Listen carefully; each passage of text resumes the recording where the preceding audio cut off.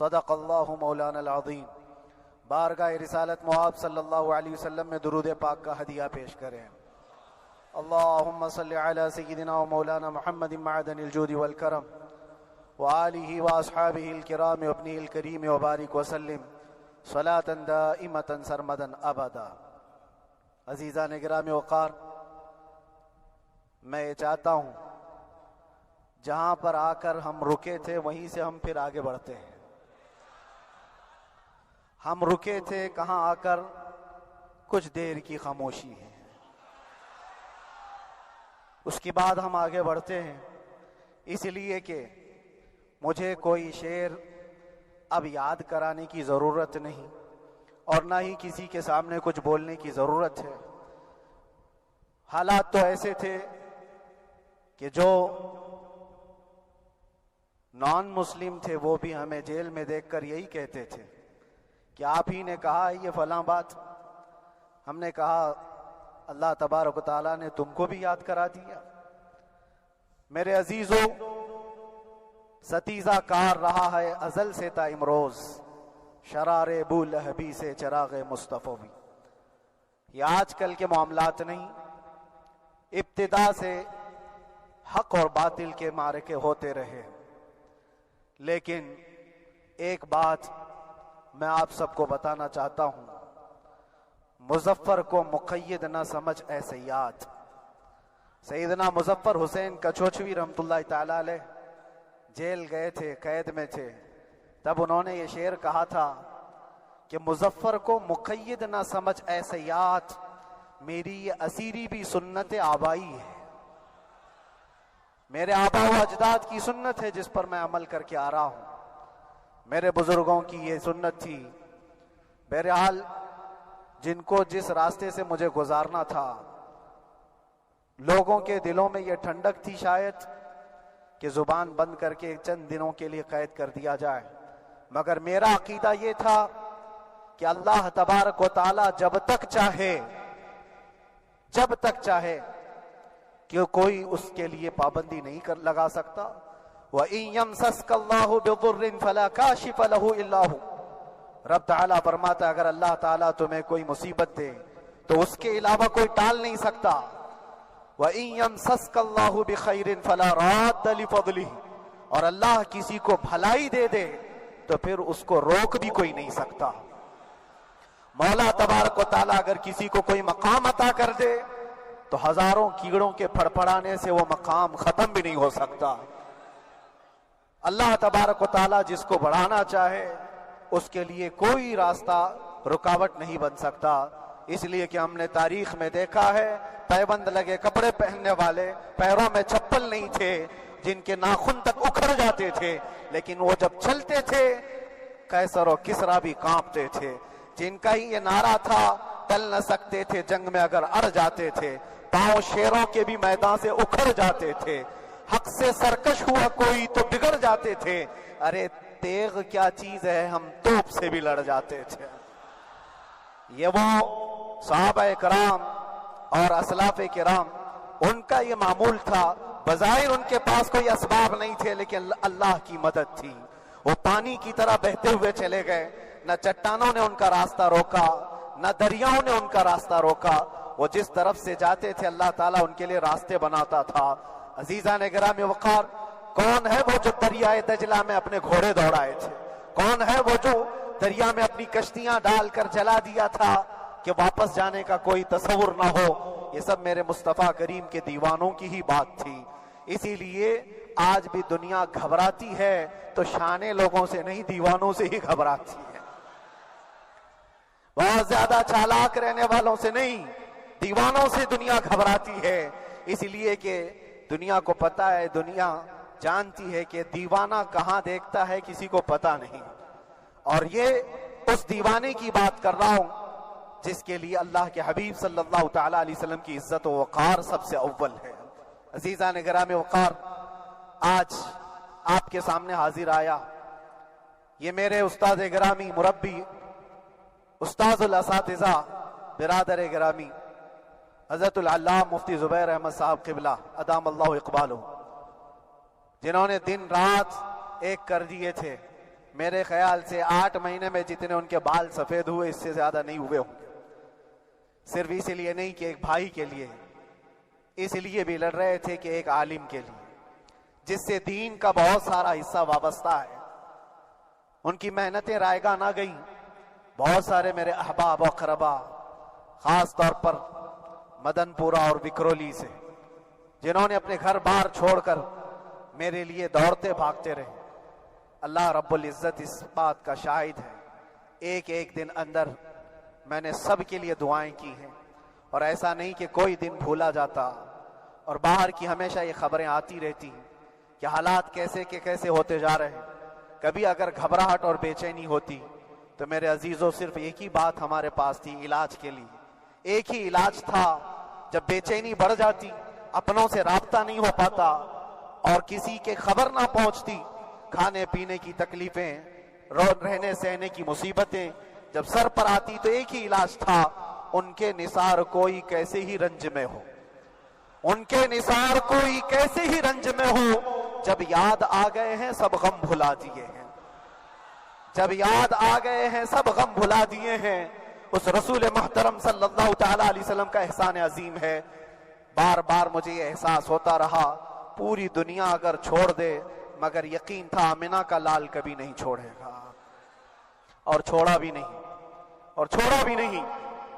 ہر رات جو ہمارا معمول تھا، ہم نے جو دیکھا، ہماری پچھلی زندگی میں ہم نے اتنے عجائبات نہیں دیکھے ہوں گے جو 8 مہینے کے اندر ہم نے دیکھے. نبی پاک صلی اللہ تعالی علیہ وسلم کے انعامات و اکرامات، رب تبارک و تعالیٰ کی مدد سے دل مضبوط ہوتا ہے.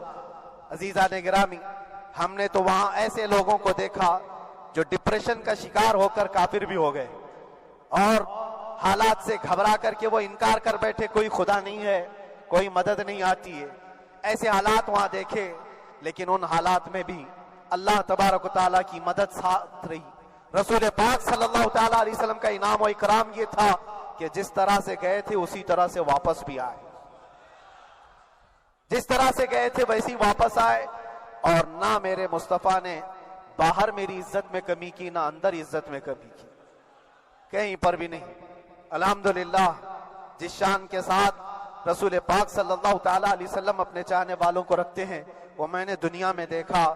اور پھر یہ عرض کیا، آقا آج آپ کی عزت پر بات کرنے والے کو، چاہے وہ 1000 کال کوٹری کے اندر ہو، آپ عزت کے ساتھ بٹھاتے ہیں، تو پھر قیامت کے دن اس کی عزت کا کیا حال ہوگا. عرش حق ہے مسند رفعت رسول اللہ کی، دیکھنی ہے حشر میں عزت رسول اللہ کی. میرے عزیزو، ایک بات کو طے کر کے چلو، انہیں جانا انہیں مانا، نہ رکھا غیر سے کام، للہ الحمد میں دنیا سے مسلمان گیا. اس ایک بات میں جو عزت ہے، دنیا کے کسی مقام و منصب اور مرتبے میں عزت نہیں ہے. اور حالات دنیا انشاءاللہ میں سناتا رہوں گا. اللہ تبارک و تعالیٰ جب تک یہ زبان رکھا ہے، حق بولتے رہیں گے اور سناتے رہیں گے، اور بھی حالات آپ کو انشاءاللہ العزیز آگے سناتے رہیں گے. لیکن آج خصوصیت کے ساتھ میں جمعہ کے لیے اسی لیے حاضر آیا کہ یہاں کے لوگ پل پل یاد کرتے رہے. حضرت مجھے ہر بار خبر دیتے کہ جب نماز سے فارغ ہو کر کے میں نکلوں تو مجھے لوگ پکڑ لیتے، کیا ہوا، اب کیا خبر ہے. تو جس قدر آپ کی بے چینی تھی، بے قراری تھی، میرے عزیزو مجھے بھی ملنے کی بے چینی اور بے قراری تھی. لیکن یہ ایک سٹیج تھا جس سے گزارا گیا ہے، ایک مقام تھا جس سے گزارا گیا. میں تو ایک نکما آدمی، میں تو ایک کم پڑا ہوا ہوں، لیکن آپ کو بزرگان دین کی اگر تاریخ پتہ ہو، امام اعظم ابو حنیفہ رضی اللہ تعالیٰ عنہ جن کو ناحق جیل میں رکھا گیا تھا، امام موسیٰ کاظم رضی اللہ تعالیٰ عنہ 7 سال تک قید میں رہے. یہ کون امام موسیٰ کاظم؟ جن کے دربار میں جانے کے لیے غوث اعظم عبد القادر جیلانی رضی اللہ تعالیٰ عنہ 4 کلومیٹر دور اپنی چپل اتار دیا کرتے تھے. امام موسیٰ کاظم کا وہ دربار ہے جن کو باب الحوائج کہا جاتا ہے. اس امام کو 7 سال تک بغیر کسی قصور کے قید میں رکھا گیا، اور حد تو یہ ہے کہ اسی قید خانے میں زہر دے کر کے آپ کو مارا گیا ہے. آپ کا جنازہ جیل سے نکلا تھا.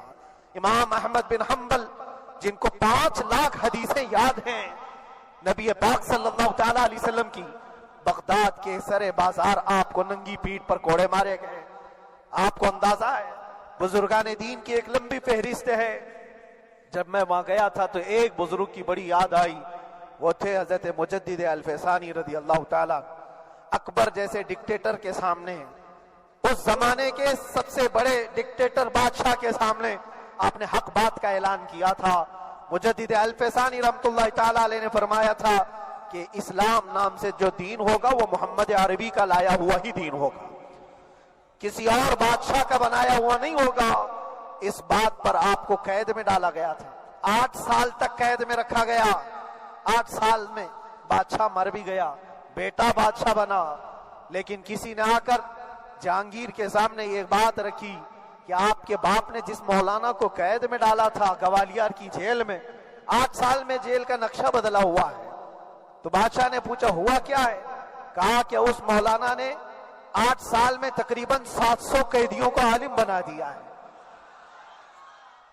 درس حدیث, درس تفسیر, قرآن کا علم, نمازیں جماعتوں سے وہاں اس طرح ادا ہوتی ہیں جیسے لگتا ہے گنبد خضرا کی چھاؤں میں ہے. رب تبارک و تعالیٰ کا یہ احسان عظیم تھا. ان 8 مہینوں میں بحمدہ تعالیٰ میں نے اپنی لائف میں کبھی اتنی امامت نہیں کی تھی جتنی وہاں امامت کیا. اس لیے کہ پابندی نہیں ہو پاتی. جب جب امام رہا مسجد میں چھٹیاں ہوا کرتی تھی, ادھر ادھر آنا جانا, لیکن وہاں پر کبھی کسی نماز میں چھٹی نہیں ہوئی. اور امامت اللہ تبارک و تعالیٰ کو جہاں لینا ہے وہاں لیتا رہے. اور مجھے اس بات کا تھوڑا قلق تھا. 24 سال سے میں تراویح سنا رہا تھا. 24 سال, 24 تراویح ہو چکی تھی. رمضان المبارک کا 24 گزر چکے تھے. 25واں سال تھا. ظالموں نے مجھے رمضان سے پہلے اندر کر دیا. بار بار یہ خواہش ہوتی تھی کہ میری تراویح چھوٹنے نہ پائے. 25ویں تراویح ہے, 25ویں محراب ہے, لیکن رب تبارک و تعالیٰ کا احسان, اندر موجود سارے مسلمانوں نے یہ مطالبہ کیا کہ ہم یہاں جماعت سے تراویح قائم کریں گے. اور اب تک لوگ الم تری کیف والی تراویح کبھی کبھار پڑھ لیا کرتے ہیں, لیکن سارے لوگوں نے مل کر کے یہ اتفاقاً کہا کہ ہم پورا قرآن آپ سے سننا چاہتے ہیں. کیسے کیسے قیدی تھے, کیسے کیسے کرائم والے تھے. میں نے کہا آج میں ایک دن پڑھاتا ہوں, ایک پارہ پڑھوں گا, آپ کو اگر لگے تو بتا دینا, بھاری پڑ جائے, کیونکہ لوگ سارے کرمنل ہیں اور کئی طرح کے جرائم کیے ہوئے لوگ. نماز دین سے کہاں زیادہ رشتہ. کہا ہو سکتا ہے یہ گھبرا کر بھاگ جائیں. ایک دن پڑھاؤں گا, اگر آپ کو لگے تو بول دینا, نہیں تو کل سے الحمد للہ. پہلے دن تراویح پڑھائے, دوسرے دن سارے لوگوں نے کہا آپ نے ایک پارہ پڑھایا ہے, سحری تک بھی پڑھائیں گے تو انشاءاللہ کھڑے رہیں گے. یہ جو استقامت, یہ ساری چیزیں دلوں کا جمع ہونا اور ہماری طرف دلوں کو پھیر دینا بغیر اللہ کی مدد کے نہیں ہوتا. رسول پاک صلی اللہ تعالیٰ علیہ وسلم کے کرم و احسان کے بغیر نہیں ہوتا. وہ تراویح بھی پڑھتے رہے, تفسیر قرآن بھی سنتے رہے اور قرآن کی تعلیم بھی لیتے رہے. پھر مجھے اندازہ یہ ہوا کہ رب تبارک و تعالیٰ کی منشا یہ تھی کہ ہماری تراویح کی محراب کی سلور جبلی جیل کے اندر ہو جائے. مجھے اس بات کا کوئی قلق نہیں رہا کہ میری کوئی چیز چھوٹ گئی ہے. ہاں, عید, بقرعید, محرم, یہ تمام چیزیں لوگوں کی یاد تو رہتی, رشتہ دار, احبا, اقربا کی یاد, لیکن اللہ کی مرضی. میرا رب تبارک و تعالیٰ جو پسند کرے اس میں ہم راضی ہیں. اگر مولا یہ چاہتا ہے کہ میں تنہا پڑھوں تو اس کی رضا میں ہم راضی ہیں. اگر وہ چاہتا ہے کہ مجمع ہزاروں میں ہم نماز ادا کریں تو اس کی مرضی پر ہم قائم ہیں. عزیزان گرامی وقار, صبر اور سکون کے ساتھ جو حالات گزرے اس میں سب سے بڑا کردار آپ سب کی دعاؤں کا ہے. سب کی دعاؤں کا. مشائخ, سارے پیران اعظام, تمام سلاسل کے اور ہر مسجد کے امام اپنے محراب اور منبر سے جو دعا کرتے رہے, یہ سارا ذخیرہ میرے لیے اتنا بڑا ہے جس کو میں بیان نہیں کر سکتا. ہر ایک کی جانب سے دعائیں, عورتوں, بچوں کی طرف سے منتیں, روزے, نہ جانے کیا کیا کر لیا. پھر مجھے اندازہ ہوا کہ صرف اپنے آرام, اپنے راحت کے لیے پھڑپھڑانے سے کچھ نہیں ہوگا. رب تبارک و تعالیٰ یہ چاہتا ہے کہ پوری امت مل کر کے اس فقیر کے لیے دعا کرے, اور اللہ تعالیٰ کو جب تک منظور تھا تمہاری دعائیں ہوتی رہی۔ بعض لوگوں کو یہ خیال بھی آیا، کچھ میرے احبا اقربا رشتہ داروں نے بھی کہا اتنی ساری دعائیں ہوئی قبول کیوں نہیں ہوتی؟ ایک بات یاد رکھو، پوری دنیا مل کر کھڑے ہو کر دعا کرے، اللہ کی قدرت پر کوئی کام کرنا واجب نہیں ہے، اللہ پر کوئی چیز واجب نہیں ہے، اگر وہ اپنے فضل سے عطا کر دے تو اس کا احسان ہے، اب چاہے وہ سال بھر میں قبول کرے کہ 5 سال میں قبول کرے۔ ایک بات یاد آتی ہے میرے عزیزو، ہماری قید تو 8 مہینے کی ہوگی، ان بزرگان دین کی قید 8 سال 7 سال، امام محمد بن حسن عسکری 20 سال تک قید میں رہے، 20 سال تک اندر سلاخوں کے پیچھے بند رکھا گیا۔ یہ اہل بیت اطہار ہیں، ائمہ اعظام ہیں، ان کی تکلیفیں دیکھ کر پھر ہماری تکلیف چھوٹی لگتی، اور پھر نبی پاک صلی اللہ تعالی علیہ وسلم کی یاد آتی۔ صرف اس بات کا ہمیں فخر تھا کہ تم نے کبھی چوری کے الزام میں تو نہیں گرفتار کیا، کسی گھناؤنے الزام میں تو نہیں گرفتار کیا، ہاں اگر کسی بات پر گرفتار کیا ہے تو ان سے پوچھو تو اب یہ بولنے میں بھی شرم کرتے ہیں، مولانا کو کیوں گرفتار کیا ہے، مولانا کو کیوں اندر رکھا ہے، شرم آتی ہے بولنے میں، کیونکہ انہوں نے کچھ ایسا بولا تھا جس کو بولنے میں شرم آتی۔ کیا بولا تھا میرے عزیزو؟ یہ ایک الگ کہانی ہے، ابھی میں اس پر کچھ گفتگو نہیں کرتا، اس لیے کہ ہر ایک کو یاد ہو چکی ہے، ہر ایک کو یاد ہے، میں اس کہانی کی طرف نہیں جاتا، لیکن اتنا مجھے آج اس ملک میں رہتے ہوئے احساس ہے کہ ابھی بھی انصاف ختم نہیں ہوا ہے۔ انصاف پوری طرح ختم ہو جائے تو اللہ کا عذاب آ جائے گا، اللہ کا عذاب آ جائے گا۔ چند لوگ نا انصافی کر سکتے ہیں، لیکن پوری کی پورے روئے زمین پر رہنے والے انسان نا انصافی کرے، ایسا نہیں ہوتا۔ ہمارے حق میں سپریم کی طرف سے جو انصاف آیا ہے، ہمارے دل میں اس قدر جگہ ہے آج، اور اس قدر احساس ہے کہ ہمیں یہ اندازہ آج بھی ہوتا ہے کہ چاہے کچھ بھی ہو جائے لیکن انصاف پوری طرح سے مر نہیں سکتا، انصاف پوری طرح سے مر نہیں سکتا۔ یہ ہمارا ملک عزیز ہندوستان کسی خاص آدمی کے ٹھیکیداری میں نہیں ہے، سبھی کا خون شامل ہے یہاں کی مٹی میں، کسی کے باپ کا ہندوستان تھوڑی ہے، ہمارا بھی ہے، آپ کا بھی ہے، سب کا بھی ہے۔ اور میرے عزیزو پتہ نہیں، یہ بھی شاید راحت اندوری صاحب کا شعر ہے، اور اس سے پہلے بھی کچھ بولا تھا، وہ بھی ان کا ہی تھا، تو ڈینجر ہی ہوا کرتا ہے۔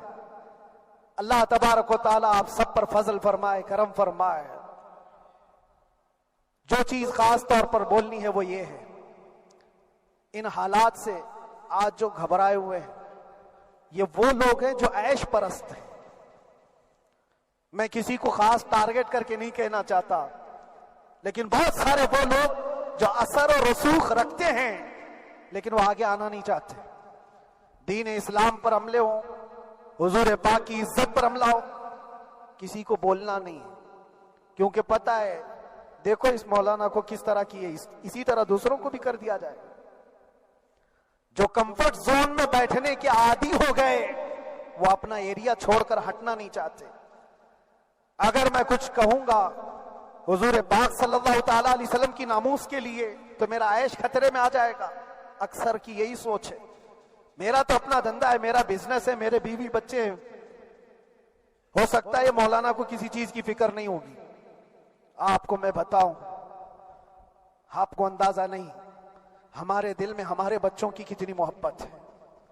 میرے بھی چھوٹے سے بچے ہیں، جب وہ جیل کی سلاخوں کے سامنے آ کر آنسو بہاتے تھے تو دل پر چھریاں چلتی تھی۔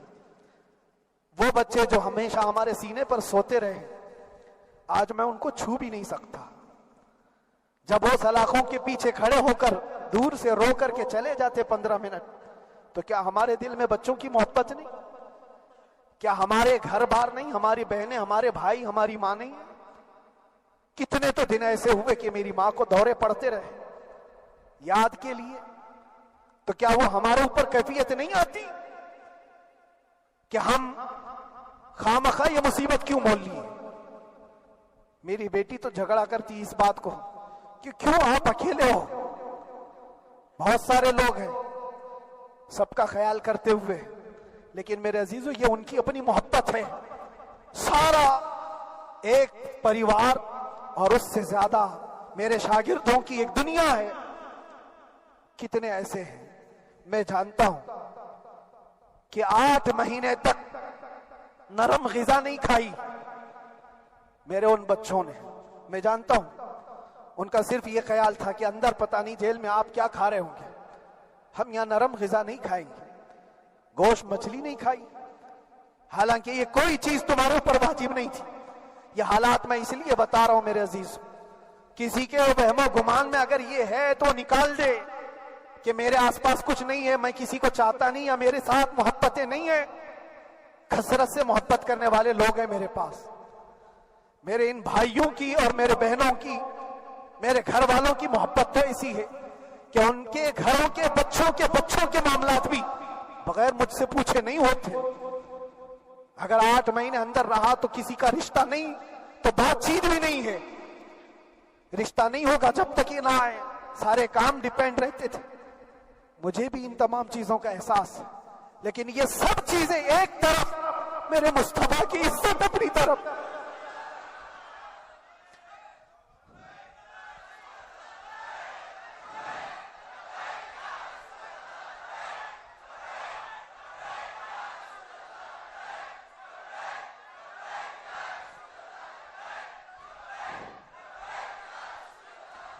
میرے عزیزوں، ہر ایک کے آنسوں کے قطرے میں نے دیکھے، بھائیوں کے، بہنوں کے، میرے پاس ملنے کے لیے میرے جو شاگرد آتے ان کے، یہ اکثر جب جیل کی دیوار پر آ کر کھڑے ہوتے، ان کی آنکھیں لال، یہ آنسو بہاتے 15 منٹ ملاقات کر کے چلے جاتے۔ آپ کو کیا اندازہ ہے اندر کے حالات ایک دن 1 سال کے برابر لگنے لگتا ہے، گھٹتے رہتے، لیکن ایک بات کا احساس بار بار ہوتا کہ یہ ساری محبتیں ایک طرف ہے، لیکن ہم جس کے لیے کھڑے ہوئے ہیں اس کی محبت میں کوئی سمجھوتا نہیں، اس کی محبت میں کوئی سمجھوتا نہیں۔ ایمان اسی کا نام ہے، لا یؤمن احدکم حتی اکون احب الیہ من والدہ وولدہ والناس اجمعین۔ تم میں سے اس وقت تک کوئی پورا مومن نہیں ہو سکتا جب تک کہ اپنی اولاد، اپنے مال دولت، اپنے ماں باپ، سب سے زیادہ اپنے رسول سے محبت نہ کرے۔ دعا یہی کرتے رہو جب حضور پاک کا معاملہ آئے تو ساری دنیا ایک طرف ہو جائے۔ میں نے ایک واقعہ پڑھا تھا اندر ہی، حضرت خالد بن ولید رضی اللہ تعالیٰ عنہ ایک قلعے پر اچانک حملہ آور ہوئے تھے۔ وہ قلعے میں موجود جو دشمنان اسلام تھے ان کی پارٹی چل رہی تھی، بڑے بڑے قالین، صوفے بچھے ہوئے، تشتوں میں قیمتی کھانے رکھے ہوئے تھے۔ خالد بن ولید کے ساتھ جو لشکر ہے یہ تو وہ غریب صحابہ تھے جو پیون لگے کپڑے پہنتے، ایک کھجور پر پورا دن گزارتے۔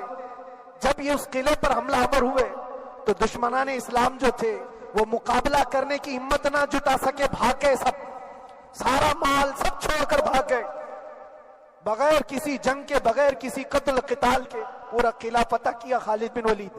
اب سنو، جو صحابہ تھے وہ مال غنیمت جمع کر رہے تھے، کیونکہ یہ عرب کے لوگ ایسے مہنگے قالین نہیں دیکھے تھے، ایسے مہنگے صوفے، اتنی قیمتی غذائیں انہوں نے دیکھی نہیں تھی۔ سب جمع کرنے لگے، سب جمع کرنے لگے۔ خالد بن ولید نے کہا خبردار، ہاتھ مت لگانا، سب ہٹ جاؤ۔ سب ہٹ گئے، چند صحابہ کو بلایا، یہ سب جمع کرو، اس کو آگ لگا دو۔ پورا مال غنیمت جو تھا آگ لگا دیا۔ تو جو صحابہ تھے وہ کہنے لگے کیا یہ اچھا ہوتا ہے یہ سب میں آپ تقسیم کر دیتے، یہ بہت قیمتی چیزیں ہیں، عرب میں ہم لے جاتے تو یہ بہت مہنگی چیزیں ہیں۔ خالد بن ولید نے کیا کہا جانتے ہو؟ کہا اگر تم کو بھی ان تمام چیزوں کی عادت لگ جائے تو تم بھی ویسے ہی بھاگو گے جیسے یہ بھاگے۔ یہ آج جو ہمارا مقابلہ کرنے کی طاقت نہ لا سکے اور بھاگ گئے، اس کی وجہ یہ ہے کہ وہ عیش پرست ہے، عیاشی ان کے اندر تھی جس کی وجہ سے وہ کھڑے نہ ہو سکے۔ اور جب یہ عیاشی آئے گی تم کھڑے نہیں ہو سکو گے، کھڑے نہیں ہو سکو گے۔ آج میں یہی بات دہرانا چاہتا ہوں، جو بڑے بڑے چہرے لے کر بیٹھے ہوئے ہوں وہ سیاسی اثر اور رسوخ رکھنے والے بھی کمفرٹ زون میں رہنا چاہتے ہیں. میں چند لوگوں کو چھوڑ کر کہہ رہا ہوں، اکثر کا حال یہ وہ سوچتے ہیں کہ ہمارے اس دائرے سے نکلیں گے تو ہمارا عیش خطرے میں آ جائے گا، گھر بار خطرے میں آ جائے گا. یہ دنیا کی محبت انسان کو بزدل بناتی ہے، بزدل بناتی ہے. اس لیے میرے عزیزو، آپ جب کبھی یہ بات آئے، ایک طرف میرا پورا خاندان، ایک طرف میرے عیش کی زندگی اور ایک طرف رسول پاک کی عزت کا معاملہ، تو آپ مجھے بتاؤ آپ کس بات کا فیصلہ لیں گے؟ اسی بات کا فیصلہ لینا ہوگا نبی پاک صلی اللہ تعالی علیہ وسلم کی عزت کی خاطر. تمہیں اس بات کا فیصلہ لینا ہوگا، اپنا سب کچھ گنبد خضرا کل بھی تھا آپ، میرے نبی سے میرا رشتہ کل بھی تھا آپ، اور بتلا دو گستاخ نبی کو غیرت سنی زندہ ہے، ان پہ مر مٹنے کا جذبہ کل بھی تھا آپ. بس یہ جذبہ باقی رہے. ہم کسی کو لڑنے کے لیے، مرنے کے لیے، مارنے کے لیے میدانوں میں اتارنے کی بات نہیں کرتے. میں اکثر اپنی تقریروں میں کہا کرتا ہوں، یا آپ سے پہلے بھی کیا، اگرچہ میری تقریروں کو ڈائیورٹ کیا جاتا ہے، آج بھی بہت لوگ ہوں گے، بلکہ آج مدن پورہ کا یہ پہلا جمعہ ہے. مجھے اندازہ ہے پورا ہندوستان نہیں، باہر بھی سب کی نظریں اس پار ہیں کہ آنے کے بعد یہ کیا بولتا ہے، آنے کے بعد یہ کیا بولتا ہے. سب اسی انتظار میں ہیں. میں سب کو ایک ہی میسج دوں گا، آنے کے بعد وہی بولے گا جو پہلے بولتا تھا.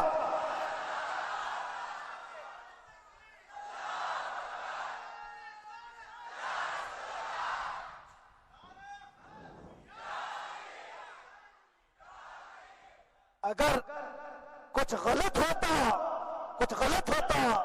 تو ہمارے اس ملک عزیز ہندوستان کی سب سے اعلیٰ عدالت یہ نہیں کہتی کہ ان کے اسپیچ میں کوئی ہیٹ مسئلہ نہیں ہے. وہ ہمیں اندازہ ہے میرے عزیزوں. ہاں جہاں غلطی ہوگی ہم بھرے اعلان کے ساتھ کہیں گے کہ ہم سے یہ غلطی ہو گئی، ہم سے یہ خطا ہو گئی، زبان پھسل گئی. لیکن جو چیز نہیں ہے تو اگر تم زبردستی اس کو کہو گے تو یہ ہم نہیں مانتے. ہاں بس اتنی دعا میرے حق میں کریں کہ جتنی بھی زندگی باقی ہے اللہ تبارک و تعالی حضور پاک کی محبت اور ان کی عظمت کی حفاظت کے لیے جیتے مرنے کی توفیق عطا فرمائے. ہمارا کام صرف اتنا رہ گیا، جو میسج دینا تھا وہ ہم نے دے دیا. اب جو حالات آ رہے ہیں میرے عزیزوں، آپ سب کے لیے بھی میں یہ گزارش کروں گا، دین کی طرف آ جاؤ، سچائی کی طرف آ جاؤ، ورنہ گاجر مولی کی طرح کٹ جاؤ گے، ختم ہو جاؤ گے. دین کی طرف آؤ، سچائی کی طرف آؤ. اور اسلام نے کہیں پر بھی تمہیں کسی طرح کے آتنک اور دہشت کی تعلیم نہیں دی ہے. کہیں پر کسی ٹیررسٹ کی کوئی بھی تعلقات کی، کہیں مجھے کوئی بات بتا دو. اگر کوئی مسلمان اس طرح کی حرکتیں کر جاتا ہے جس کو یہ لوگ بدنام کرتے ہیں تو ہم سمجھتے ہیں اس کا اسلام سے تعلق نہیں ہوگا. اسلام سے تعلق ہوتا تو اس کے اندر صدیق اکبر اور فاروق اعظم کی ادائیں ہوتی. آج آپ کو وہ معاشرہ زندہ کرنے کی ضرورت ہے. میں نوجوانوں سے کہوں گا، بہت دن گزار لیے ٹک ٹاک پر مجرے اور تمہارے اس انٹرنیٹ کی دنیا پر جس طرح تم نے آوارگی کر لی ہے، اب وقت کم بچا ہے.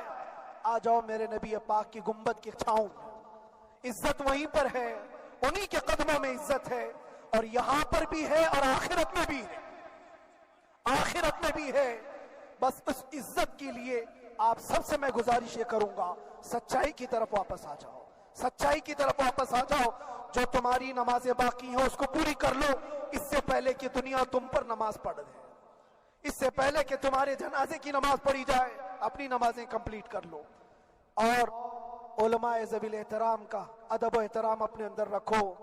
صرف اس بات کے لیے آپ کو میں احساس دلانا چاہتا ہوں کہ مجھے جس راستے سے گزارا گیا، جتنے دن قید و بند کی صحبتیں گزاری گئی، یہ صرف یہ میسج دینا تھا کہ پھر اس مولانا کا یہ ہو سکتا ہے تو چھوٹے چھوٹوں کی کیا کر دیں گے. ایسا اگرچہ آ جائے موقع تب بھی گھبرانے کی ضرورت تھی. آپ کو پتا ہے اس ملک عزیز ہندوستان کی آزادی میں 30,000 علماء کو پھانسیوں پر لٹکایا گیا. انگریزوں نے 30,000 علماء کو کشمیر سے لے کر دلی تک ہر درخت پر ایک عالم کی لاش لٹکتی تھی. انہوں نے قربانیاں دی ہیں. قربانیاں بزرگان دین کے علماء ذوی الاحترام کی ہوئی ہیں. یہ اور بات ہے کہ اس جنریشن نے آج ہم کو دیکھا تو ان کو بہت بڑا لگتا ہے. یہ کوئی بہت بڑی بات نہیں تھی, بہت بڑی بات نہیں تھی. اس پروسیس سے بہت سارے علماء کو گزارا گیا ہے. سرکار مجاہد ملت رحمت اللہ تعالی علیہ ایمرجنسی کے زمانے میں 18 مہینے تک قید میں گزارے. 18 مہینے تک ایمرجنسی, وہ بھی ڈکٹیٹر کا زمانہ تھا. اس زمانے میں بھی آپ اندر رہے, لیکن باہر آنے کے بعد نہ آپ کے مشن میں کوئی کمی آئی, نہ آپ کی زبان میں کوئی لکنت آئی. اللہ والے جو ہیں وہ اللہ کی رضا کی طرف اور رسول پاک کی رضا کی طرف ہوتے ہیں. ہم سب بھی اس مشن کو آج یہاں سے زندہ کرتے ہیں. جہاں سے ہم چھوڑے تھے وہیں سے آگے بڑھتے, جہاں سے ہم چھوڑے تھے وہیں سے ہم آگے بڑھتے ہیں. کسی کو اگر کچھ برا لگتا ہے تو وہ اس کے سمجھ کا قصور ہے, اس کے فہم کا قصور ہے. ہم نے کسی کو ٹارگٹ کر کے کبھی کہا نہیں, بلکہ یہ تو کامن بات ہے, ایک تو کامن کہی جانے والی بات ہے.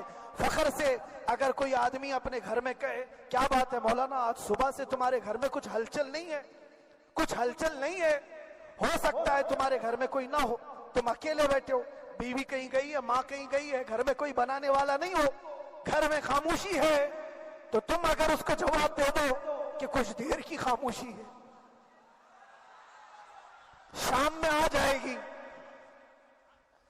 کچھ دیر کی خاموشی ہے, شام میں آ جائے گی, تو کیا گناہ کیا, کیا گناہ کیا؟ اس کے حالات پر وہ بول رہا ہے, اس کے گھر میں خاموشی ہے اسی لیے بول رہا ہے. ہم نے بھی اسی لیے کہا کچھ دیر کی خاموشی, اسی لیے کہ ہم جانتے ہیں اسلام وہ نہیں ہے جو یہاں دکھ رہا ہے آج. اسلام تو وہ تھا جو صدیق اکبر کے زمانے کا تھا, اسلام تو وہ تھا جو فاروق اعظم کا تھا, اسلام تو وہ تھا جو عثمان غنی اور حیدر کرار کا تھا. تو وہ جو ہلچل تھی وہ خاموش ہے. صلاح الدین ایوبی کا دور تھا, وہ اسلام کی ہلچل تھی. تو میرا گھر آج خاموش ہے, اس لیے تو میں پکار کر کے رہا ہوں کچھ دیر کی خاموشی ہے. اور ہمیں اپنے رب سے یقین ہے یہ خاموشی ایک شام ٹوٹے گی, کوئی صلاح الدین آئے گا. اور اللہ تبارک و تعالی ہم سب کے اس عزم اور حوصلے کو زندہ رکھے اور آپ سب کی محبتوں کو سدا سلامت رکھے, اور میرے آقا صلی اللہ تعالی علیہ وسلم کے قدموں پر مر مٹنے کی ہمیں توفیق عطا فرمائے. وآخر دعوانا الحمدللہ.